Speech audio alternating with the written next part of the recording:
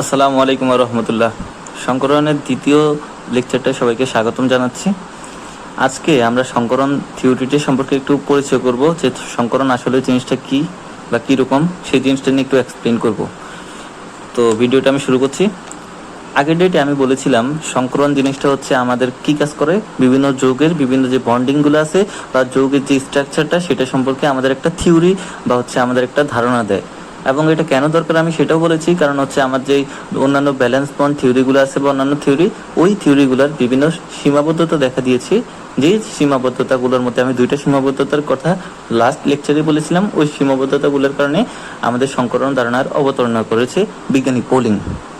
এখন আজকে ডেটে আমরা শিখবো সংকরণ জিনিসটা আসলে কিরকম। সংকরণ, ওকে। তো সংকরণ জিনিসটা শিখার আগে আমি একটু একটা বাস্তব এক্সাম্পল দিই, যারটা হচ্ছে জিনিসটা বুঝতে খুবই সুবিধা হয়। মনে করো তোমাদের একটা হোস্টেলে আছো বা একটা মেসে আছো। সেই মেসে তোমরা তিনজন বন্ধু আছো, তোমরা একসাথে আসো। এখন তোমাদের একদিন খুব ইচ্ছা করলো তোমরা আলুর ভর্তা খাবা।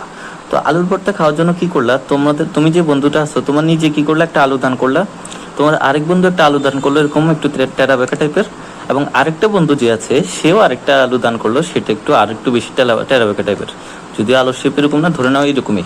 এখন বলো তো, যখন তোমরা আলুর ভর্তা দিয়েছো, আলু ভর্তা তৈরির জন্য আলু দিয়েছো, তখন কি করছো, তিনটা আলু দিছো তিন শেপের। এখন যখন তোমরা আলুর ভর্তা করবা, তখন প্রথমে আলুগুলোকে চামড়াটা ছিলে নিবা, এটা সিদ্ধ করবা, লবণ মরিচ দিয়ে একসাথে একটা দলা করবা। এরকম করার পরে কি করবা, তোমরা আবার যে শেপে দিয়েছিলে আলুগুলা, সেই শেপে কি এটা আলু ভর্তা ভাগ করবা? না, সেটা কিন্তু করবা না। কি করবা, তিনটা সেম ভাগে ভাগ করে নিবা। যদি এইটা হয় তোমার ভাগ, তোমার বন্ধুর ভাগ হবে এতটুকু, তোমার ভাগ হবে এতটুকু। তখন কিন্তু তুমি বলতে পারবা না এইখানের মধ্যে আলু কি আছে, এই আলুটা আছে নাকি এই আলুটা নাকি এই আলুটা। এইখানের মধ্যে বলতে পারবা না যে তুমি এই আলুটা আছে না এই আলুটা আছে নাকি এই আলুটা। আবার এই আলুর ভর্তার যে অংশটা, এইটুকুর মধ্যে বলতে পারবে না এখানে এই আলু আছে নাকি এই আলু আছে নাকি এই আলুটা। তো এখন তোমার মনে হতে পারে যে আজকে কি ভাইয়া পাগল হয়ে গেছে, মানে একটু উল্টো পাল্টা কথা বলতেছে বেশি। কিন্তু না, এই জিনিসটা তোমার কাছে আগে ক্লিয়ার হতে হবে যে আসলে এই জিনিসটা তুমি বুঝছো কিনা। যদি এই জিনিসটা তোমার মাথার মধ্যে ক্লিয়ার থাকে, তাহলে সংকরণ জিনিসটা তোমার কাছে কিছুই না, এই আলুর ভর্তা বানানোর মতো জিনিস হবে, বুঝছো? তো জিনিসটা তুমি আর কিছুই না, এরকমই। এখন এখানে যেরকম আমি আলু দিছি, এবং যখন আলুগুলো মিশ্রিত করার পরে আলাদা করে নিছি, তখন তিন ভাগ করলাম। এবং এখানের মধ্যে আমি পরিমাণও আলাদা করতে পারতেছি না, আলুর সাইজটাতেও আমি আলাদা করতে পারতেছি না, বা আলুর যে টেস্ট আমি সেটা তো আলাদা করতে পারতেছি না। অর্থাৎ তিনটা ভিন্ন সাইজের আলুগুলো মিলে, বা হচ্ছে অন্যান্য হলুদ মরিচ যা আছে মশলা মশলা মিলে একটা নতুন শেপের আলু যে তৈরি হলো, বা আলুর যে ভর্তাটা তৈরি হলো, সেখানে তুমি ওইখানে আলুগুলোকে আলাদা করতে পারতেছো না।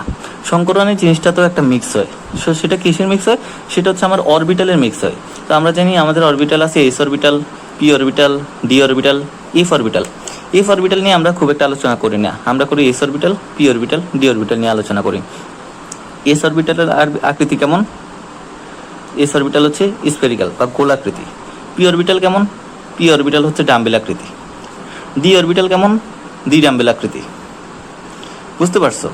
আমরা যে বলি p x, p y, p z, সেই জিনিসটা আসলে কিন্তু অন্য কিছুই না। P x, p y, p z আমরা কেন বলি, সেটা অক্ষর বিবেচনায় বলি। যদি আমার এক্স অক্ষ বরাবর পি অরবিটালটা থাকে, তখন আমি সেটাকে বলি পি এক্স। যদি আমার ওয়াই অক্ষ বরাবর থাকে, তাহলে আমি সেটাকে বলি পি ওয়াই।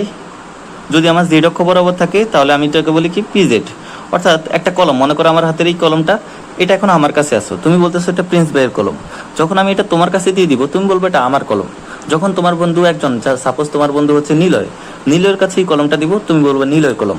ঠিক তেমনি অরবিটালগুলো যেহেতু এই অক্ষ বরাবর আছে, সেই জন্য আমরা বলতেছি p x, p y, p z. এগুলো কিন্তু অন্য কিছুই ডিরেকশন করতেছে না, এটা জাস্ট একটা ডিরেকশন নির্দেশ করতেছে। এখন এই যে অরবিটালগুলো আছে, এই অরবিটালগুলোকে আমরা কি করব, সংমিশ্রণ ঘটাবো।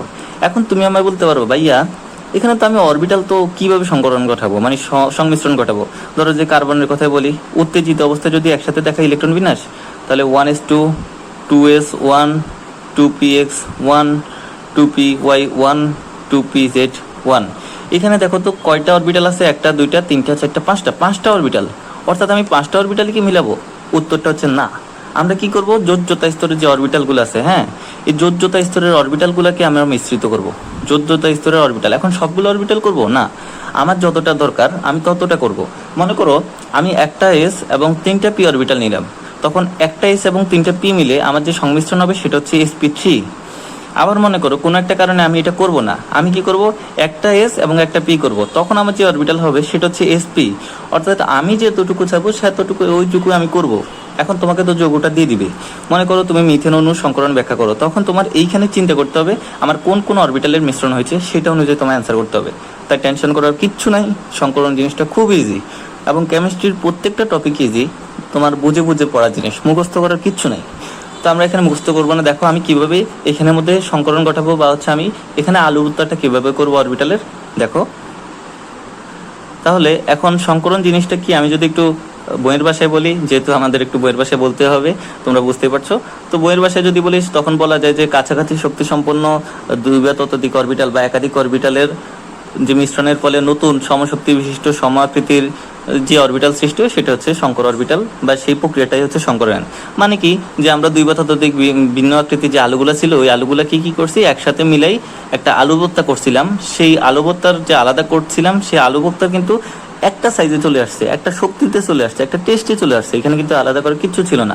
এই যে বানানোর যে প্রক্রিয়া সেটাই হচ্ছে সংকরায়ন, এবং নতুন যেই অরবিটালগুলো সৃষ্টি হলো সেটা হচ্ছে সংকর অরবিটাল।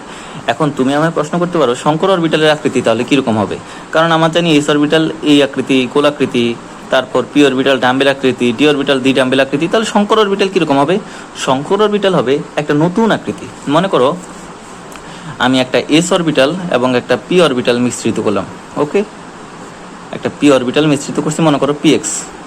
তাহলে এই যে পিএক্স এবং এস অরবিটাল মিশ্রিত করলাম, তাহলে আমার এখানে কি হবে, এস পি অরবিটাল হবে।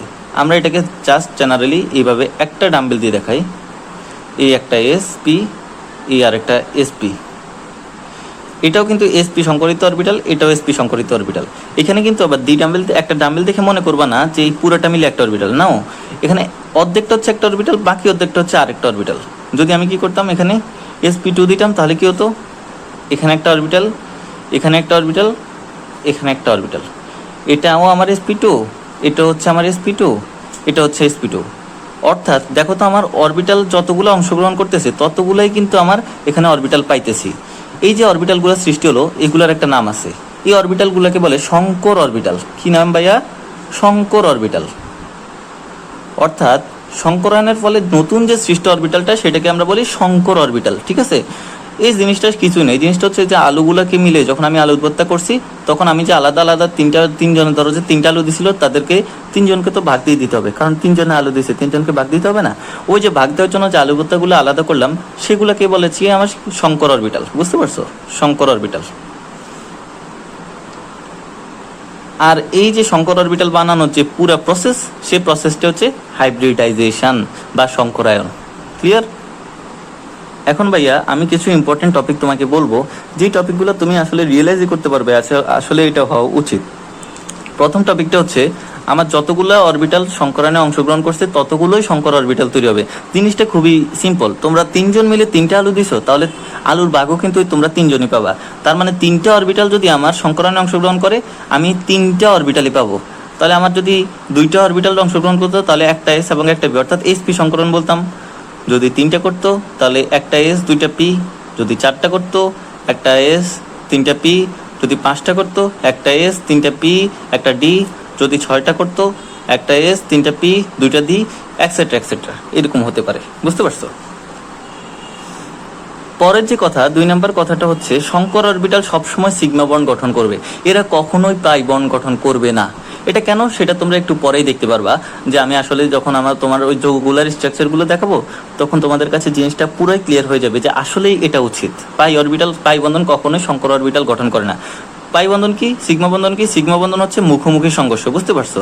এই যে মুখোমুখি সংঘর্ষ হলো সেটা হচ্ছে আমার সিগমা বন্ধন, এবং পাই বন্ধন হচ্ছে একটা সিগমা বন্ধন গঠন হওয়ার পরে এই যে তার 90 ডিগ্রি অ্যাঙ্গেলে যে এটা ধরো যে আমার পিএক্স, এটা যে পিওয়াই যদি থাকে তাহলে এরা হচ্ছে কি কাছাকাছি আসার মাধ্যমে বা পাশাপাশি সংঘর্ষের মাধ্যমে একটা পাই বন্ড গঠন করবে, বুঝতে পারছো? এটার মাধ্যমে পাই বন্ড গঠন হয়। এবং সংকর অরবিটাল বা সংকরায়ন যে অরবিটালটা আছে সেটা সবসময় সিগমা বন্ড হবে, কখনোই পাই বন্ড হবে না।